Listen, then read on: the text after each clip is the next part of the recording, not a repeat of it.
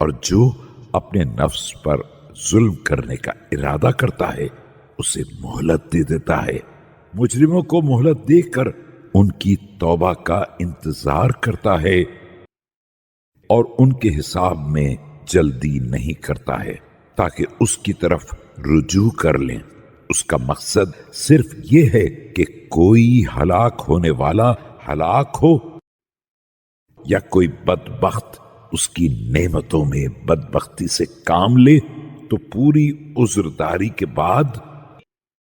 اور مسلسل دلائل کے قیام کے بعد ایسا ہو۔ یہ اس کے عفو درگزر کا کرم ہے اور یہ اس کی مہربانی کا احسان ہے کہ وہ کریم و حلیم ہے۔ میرے پروردگار، تو ہی وہ ہے جس نے اپنے بندوں کے لیے معافی کا ایک دروازہ کھولا ہے اور اس کا نام توبہ رکھا ہے، اور پھر اس دروازے پر اپنی وحی کا ایک رہنما مقرر کر دیا ہے تاکہ لوگ اس سے بہکنے نہ پائیں۔ تیرا نام پاکیزہ ہے اور تو نے خود فرمایا ہے کہ اللہ کی بارگاہ میں خالص توبہ کرو۔ قریب ہے کہ تمہارا پروردگار تمہاری خطاؤں سے درگزر کر دے اور تمہیں ان باغات میں داخل کر دے جن کے نیچے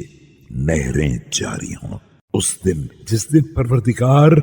اپنے پیغمبر اور ان کے ساتھ ایمان لانے والوں کو رسوا نہیں کرے گا